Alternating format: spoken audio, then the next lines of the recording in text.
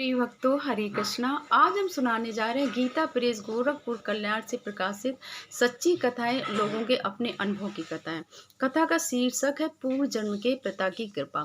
इस कथा को सुनाने के पहले हम ये कहना चाहेंगे कि ये सच्ची कथाएं हैं और इसमें ये होता है कि जैसे कि पूर्व जन्म के पिता की कृपा, जैसे हम लोग होते हैं, कुछ लोग आप देखते हैं कि जन्म से ही उनको कुछ बीमारियां होती हैं। कोई बच्चे जन्मांध होते हैं, किसी का हाथ मुड़ा होता है, किसी का पैर टूटा होता है, या पोलियो जैसी जैसे होता था पहले तो होता था। तो सब लोग कहते हैं कि कुछ लोग तर्क करने लगते हैं कि इस बच्चे ने क्या किया है, इसका क्या मतलब कर्म हो गया, इतनी छोटी अवस्था में ये बीमारी हो गई, ये जन्मांध पैदा क्यों हुआ।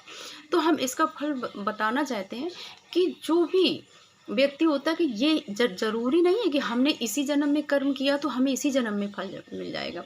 उसका जन्म फल हमको, किसी कर्मों का फल हमें अगले जन्म में, यानी जब हम पैदा होंगे दूसरा जन्म लेंगे तब मिलेगा। तो ये जो आप देखते हैं जन्मांध है या किसी का पैर मुड़ा हुआ है, ये सब आप देखते हैं तो ये पिछले जन्म के कर्मों का फल ये मिला होता है। तो इसी कथा में ये दृष्टांत आएगा जो हम आपको सुनाने जा रहे हैं। ये कथा है बंगाल, फरीदपुर जिला, पोस्ट हाट, कृष्णपुर ग्राम, यात्राबाड़ी के श्री जितेंद्र नाथ दास बर्मन नामक एक युवक को यक्ष्मा हो गया था। कलकत्ते के बड़े बड़े डॉक्टरों से इलाज कराया गया किंतु कोई लाभ नहीं हुआ। रोग दिनों दिन बढ़ता ही गया। अंत में उसने अपने कुल गुरु के आदेश के अनुसार श्री तारकेश्वर बाबा के मंदिर में धरना दे दिया। तारकेश्वर ये भगवान शंकर को भी बोलते हैं। कुछ ही दिनों बाद तारकेश्वर बाबा ने उसको स्वप्न में, मतलब उनको स्वप्न दिया। जब हम प्रभु के ऊपर आस्था करते हैं, विश्वास करते हैं, सच्चे रूप से समर्पण करते हैं तो भगवान हमको रास्ता दिखाते हैं। तो तारकेश्वर बाबा ने उनको स्वप्न दिया कि पूर्व जन्म के, इस जन्म में नहीं, पूर्व जन्म के पिता के प्रति बड़ा भारी अपराध करने के कारण तुमको इस जन्म में ये रोग हुआ है। तो यदि उनकी चरण रज को ताबीज में मढ़ाकर धारण कर सके और प्रतिदिन उनका चरणोदक ले सके एवं वे संतुष्ट होकर तुझको क्षमा कर दे तो तेरा रोग नष्ट हो सकता है। इसके सिवा अन्य कोई उपाय है ही नहीं।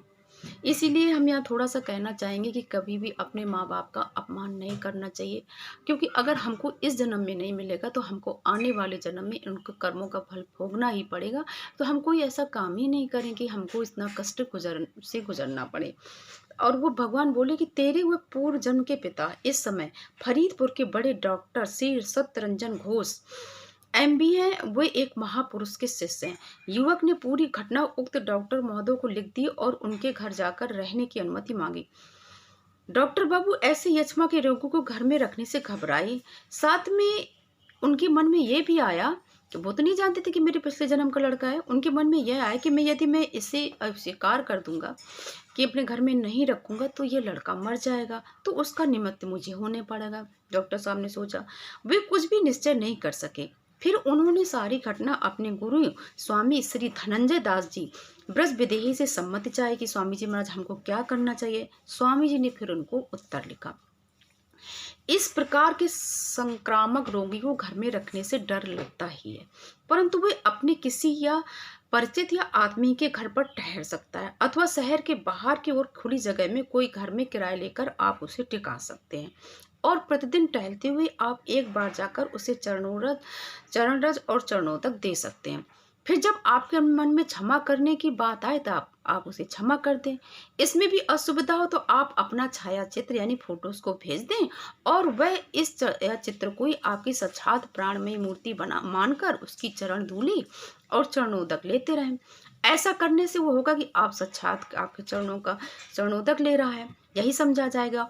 और यदि आप उसे रोग मुक्त करना चाहते हैं तो उसे कह दें कि तुमने मेरे पूर्व जन्म में जो मेरे साथ किया, मैं उस अपराध से तुम्हें मुक्त करता हूँ, यानी मैं तुम्हें क्षमा करता हूँ, भगवान तुम्हें क्षमा करते हैं, मैं चाहता हूँ कि तुम रोग मुक्त हो जाओ। स्वामी जी का पत्र मिलने पर डॉक्टर साहब ने उसको अपना एक छाया चित्र भेजकर ये लिख दिया कि तुम इसी को साक्षात मेरा स्वरूप मानकर चरण रज और चरणोदक ले लिया करो, मैंने तुमको क्षमा कर दिया है।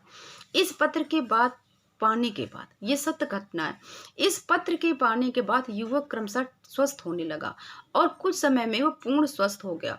फिर वह स्वयं डॉक्टर साहब के पास गया। डॉक्टर ने परीक्षा करके देखा तो उसके फेफड़ों में कोई दोष नहीं था। शरीर भी खूब स्वस्थ और सबल है। वह एक दिन रहा और डॉक्टर साहब का चरणोदक पीकर तथा चरण ले रज लेकर और पिछले जन्म में अपने किए हुए कर्मों का पाप का पाप के प्रायश्चित करके फिर वो अपने घर लौट आया, जो उसमें नया जन्म लिया था। ये एक सच्ची घटना है। हरे कृष्ण।